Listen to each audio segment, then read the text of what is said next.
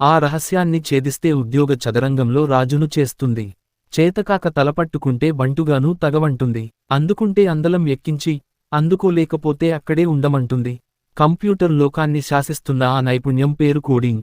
Computer సామ్రాజ్యంలో software క్షేత్రాలను ఏలాలంటే తప్పక ఎక్కవలసిన మెట్టు ఇది.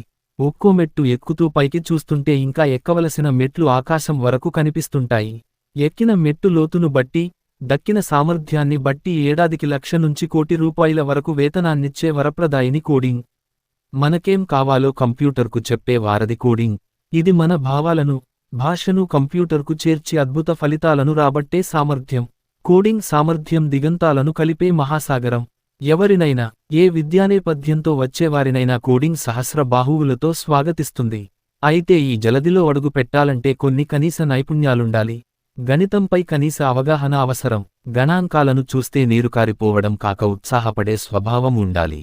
మ్యాథ్స్ చూస్తే మైమరచి కాలాన్ని లెక్క చేయకుండా సమస్యల డొక్కచించగల హుషారుంటే మరీ మంచిది. అంకెల గమనాన్ని అర్థం చేసుకుని వాటివెంట పరుగెత్తగల సత్తా ఉన్నా చాలు.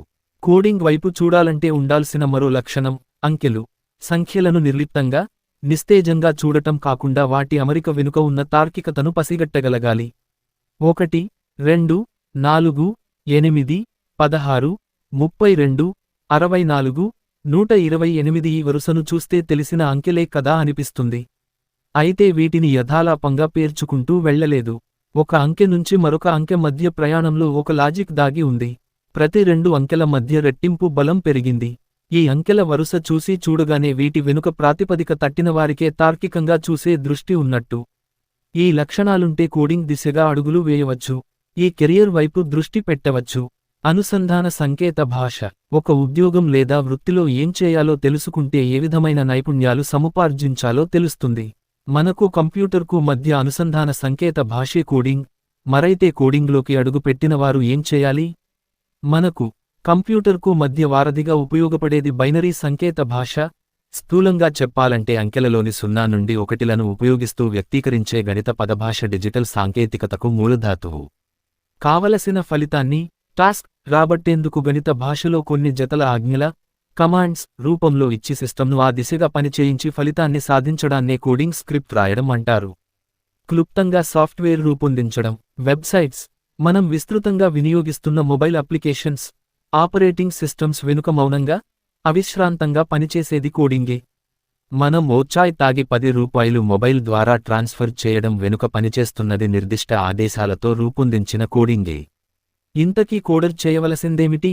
అంటే కొత్తగా సాంకేతిక భాషలో కోడ్ రాయడంగానీ లేదా అప్పటికే రాసి ఉన్న కోడ్ మార్పులు చేర్పులు చేయడంగానీ, కోడ్ను అన్ని కోణాల నుంచి ఆశించిన ఫలితాలు ఇస్తుందా అని పరీక్షించడం, టెస్టింగ్ గానీ చేయాలి.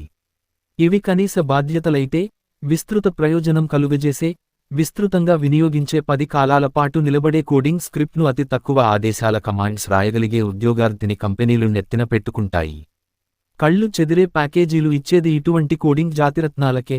పెరుగుదల ఏ రీతిలో? నాస్కామ్ గణాంకాల ప్రకారం 2020 నాటికే దేశంలో 44 లక్షల మంది ఐటీ ఆధారిత సేవారంగంలో పనిచేస్తున్నారు. ఈ సంఖ్య ఏటా పెరుగుతూ వస్తోంది. అయితే ఇక్కడ మనం గుర్తించాల్సింది కోడింగ్ ఆధారిత పొజిషన్లు ఏటా ఏ మేరకు పెరుగుతున్నాయన్నది. Computer research scientist -15%, web developer 11%, computer systems analyst 7%, network architect 5%, database administrator 4%. అంటే ఈ మేరకు ఉద్యోగావకాశాలు ఆహ్వానం పలుకుతున్నాయి. ఫ్రెషర్స్ పొజిషన్లలో దేనికి తమ నైపుణ్యం నప్పుతుందో, ఏది తమకు ఆసక్తిదాయకంగా ఉంటుందో ఆ సామర్థ్యాన్ని పెంచుకునే ప్రయత్నం చేయవచ్చు. కోడింగ్ ఆధారిత ఉద్యోగాలేమిటి? కోడింగ్ స్క్రిప్ట్ రాసేవారిని సాఫ్ట్వేర్ నిపుణులుగా పేర్కొంటున్నప్పటికీ ఇందులో 4-5 రకాల వేర్వేరు హోదాలున్నాయి. నైపుణ్యాన్ని బట్టి హోదా, హోదాను బట్టి వేతనాలుంటాయి.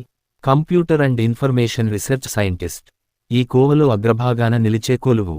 ఇది వ్యాపార, వాణిజ్యాల్లో సంక్లిష్టమైన సమస్యలను పరిష్కరించగలిగేలా కోడింగ్, సవరణ, సరికొత్త సాఫ్ట్వేర్ రూపకల్పన చేసేవారిని ఈ హోదా వరిస్తుంది. తొలుత లభ్యమయ్యే పుష్కలమైన సమాచారాన్ని శోధించి ఆపై వ్యాపారాభివృద్ధికి దోహదం చేయగల కోడింగ్ను రచించగలిగే సామర్థ్యం అత్యుత్తమమైనది.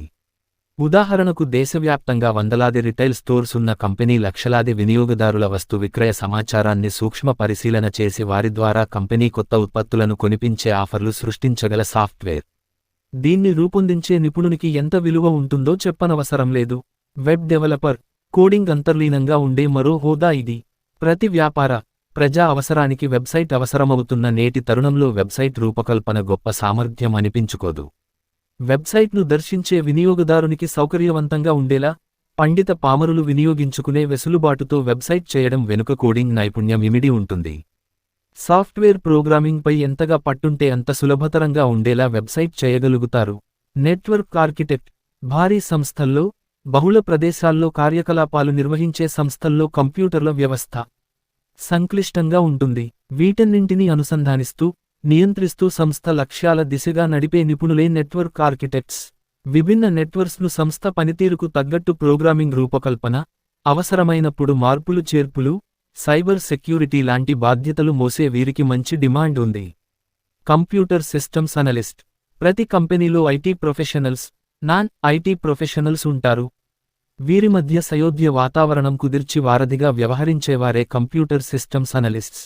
సంస్థకు కావలసిన సరైన కంప్యూటర్ సాఫ్ట్వేర్ ఎంపిక, అమలు, తగిన హార్డ్వేర్ ఏర్పాటు చేసి వ్యాపారపరంగా ఎదురయ్యే సవాళ్లను ఎప్పటికప్పుడు పరిష్కరించగల సామర్థ్యం ఉన్నవారిని ఈ పొజిషన్లో నియమిస్తారు. డేటాబేస్ అడ్మినిస్ట్రేటర్, సమాచారమే సంపద సృష్టికి దారితీస్తున్న నేపథ్యంలో డేటాబేస్ అడ్మినిస్ట్రేటర్లకు కంపెనీలు విలువ ఇస్తున్నాయి. సమాచార సేకరణ, నిర్వహణ, డేటా భద్రత డేటాబేస్ అడ్మినిస్ట్రేటర్ల బాధ్యత. డేటా పరిరక్షణ, అవసరమైనప్పుడు సకాలంలో డేటాను అందుబాటులోకి తీసుకురావడం ల కెరియర్ను ఉజ్వలం చేస్తున్నాయి. మెరుగుపరచుకునేదెలా? 1 స్వతసిద్ధంగా ఉండాల్సిన తార్కిక ఆలోచనా దృక్పథం, గణిత పరిజ్ఞానం, ఆసక్తి ఉంటే కోడింగ్ను నేర్చుకునేందుకు కొన్ని టెక్నాలజీ వేదికలు అందుబాటులో ఉన్నాయి. ఇందులో కొన్ని ఇప్పటికే కాస్త నైపుణ్యం ఉండి మెరుగుపరచుకునేందుకు దోహదపడేవి. మరికొన్ని కోడింగ్ను మొదటి మెట్టు నుంచి నేర్చేవి. 2 GeeksforGeeks, LeetCode, HackerRank, CodeChef, Codeforces వంటి సాంకేతిక వేదికలు కోడింగ్ నైపుణ్యాలకు మెంటర్స్లో ఉపయోగపడతాయి. కోడ్ టెస్టింగ్, కోడింగ్ చేసిన నమూనాను మెరుగుపరచడం తదితర సామర్థ్యాలను పెంపొందించుకునే అవకాశం కల్పిస్తాయి. దీనితో పాటు ఐటీ ప్లేస్మెంట్స్లో టెక్నికల్ రౌండ్ టెస్ట్లు, ఇంటర్వ్యూలను ఎదుర్కొనేందుకు సూచనలు అందిస్తాయి.